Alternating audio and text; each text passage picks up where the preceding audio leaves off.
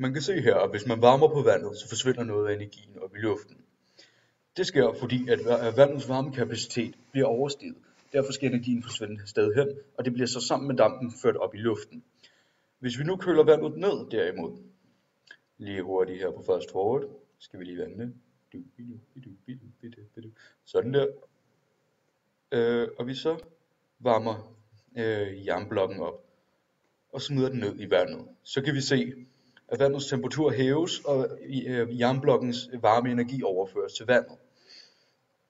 Hvis vi så tager og varmer en mursten op i stedet for, så og lige køler vandet ned hurtigt her, sådan, og hvis så smider murstenen ned i vandet, så kan vi se, at vandets temperatur det stadigvæk hæves, men ikke lige så meget. Det er fordi murstenen har en højere varmekapacitet end jernet har, og derfor afgiver varmen meget langsommere end jernblokken.